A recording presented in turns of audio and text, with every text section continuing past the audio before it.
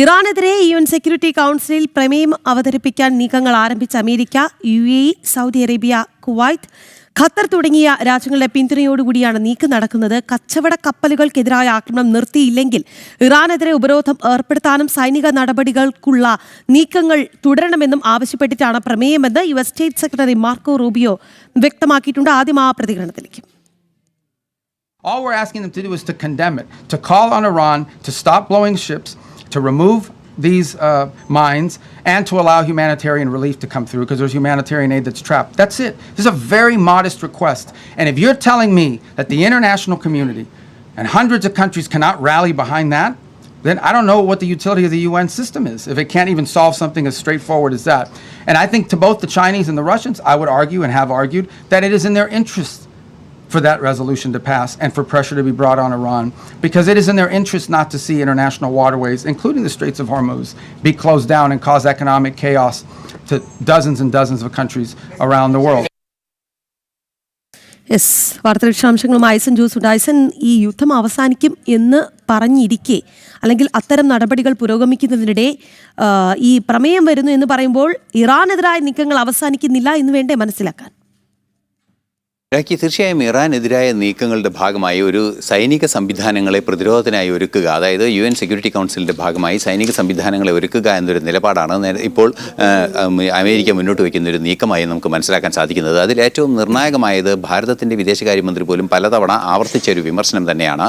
അതായത് ഒരു അക്രമം ചെയ്യുന്ന ഒരു രാഷ്ട്രത്തിനെതിരെ ലോകരാഷ്ട്രങ്ങളെ അണിനിരത്താൻ UN സാധിക്കുന്നില്ലെങ്കിൽ UN എന്ന പ്രസ്ഥാനത്തിൻ്റെ തന്നെ പ്രസക്തി എന്ത് എന്നൊക്കെ വലിയൊരു ചോദ്യവും മാർക്കോ റൂബിയോ ചോദിക്കുന്നുണ്ട്.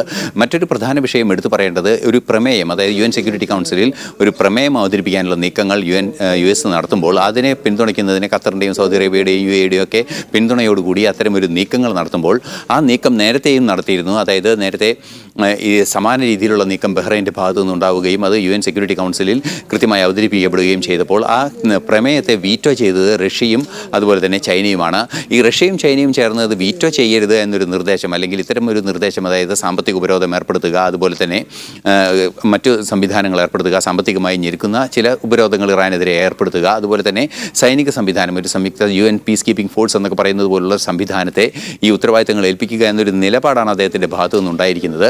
പക്ഷേ അത്തരം നീക്കങ്ങൾക്ക് വേണ്ടിയുള്ള ശ്രമങ്ങൾ നടത്തുമ്പോൾ അത്തരം ഒരു പ്രമേയം ഈ അറബ് രാജ്യങ്ങളുടെയും അമേരിക്കയുടെയും നേതൃത്വത്തിൽ UN സെക്യൂരിറ്റി കൗൺസിലിൽ വരുമ്പോൾ അത് വീറ്റോ ചെയ്യാൻ അധികാരമുള്ള സ്ഥിരാംഗം കൂടിയായ റഷ്യയും ചൈനയും അത്തരം നീക്കങ്ങൾ നടത്തരുത് എന്നൊരു നിലപാടും അദ്ദേഹം അറിയിക്കുന്നുണ്ട്.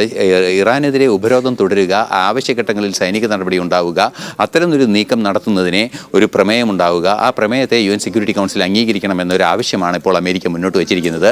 റഷ്യയും ചൈനയും ഇക്കാര്യത്തിൽ എന്ത് തീരുമാനമെടുക്കുന്നു എന്നതാണ് ഏറ്റവും നിർണായകമാവുക. ഈ പ്രമേയം വരികയാണെങ്കിൽ അത് റഷ്യയും ചൈനയും ചേർന്ന് വീറ്റോ ചെയ്യുകയാണെങ്കിൽ ആ പ്രമേയം ചർച്ച ചെയ്യുന്ന സാഹചര്യം പോലും UN ഉണ്ടാകില്ല എന്നതൊരു യാഥാർത്ഥ്യമാണ്. അങ്ങനെയെങ്കിൽ സൈനിക സംവിധാനമോ ഉപരോധമോ ഒന്നും പ്രായോഗികമായി നടക്കാനും സാധ്യതയില്ല. എങ്കിലും ഇത്തരം ഒരു പ്രശ്നം, സംഘർഷം കുറെ കൂടി ഇറാൻ, US, ഇസ്രായേൽ രാജ്യങ്ങൾ ഉൾപ്പെട്ടിരിക്കുന്ന ഈ സംഘർഷം കുറെ കൂടി വിശാലമായൊരു തലങ്ങളിലേക്ക് നീങ്ങുന്നു എന്ന് തന്നെയാണ് ഇതിൽ നിന്നും മനസ്സിലാക്കാൻ സാധിക്കുന്നത്. എന്ത് തന്നെയായാലും നേരത്തെ നമ്മൾ സൂചിപ്പിച്ചതുപോലെ ഓപ്പറേഷൻ എപ്പിക് ഫ്യൂറി അവസാനിച്ചുവെന്ന് മാർക്കോ റൂബിയോ അറിയിക്കുന്നുണ്ട്. ഡിപ്ലോമസിയിലേക്ക് നീങ്ങണമെന്നൊരാവശ്യം നിലപാടായി അറിയിക്കുന്നുണ്ട്. ഈ സാഹചര്യങ്ങളെല്ലാം തന്നെ മുന്നിട്ടിൽ നിൽക്കുന്ന ഒരു പശ്ചാത്തലത്തിൽ സമാധാനത്തിലേക്കുള്ള വഴികൾ തുറക്കുന്നു എന്ന് തന്നെ നമുക്ക് മനസ്സിലാക്കാൻ സാധിക്കും.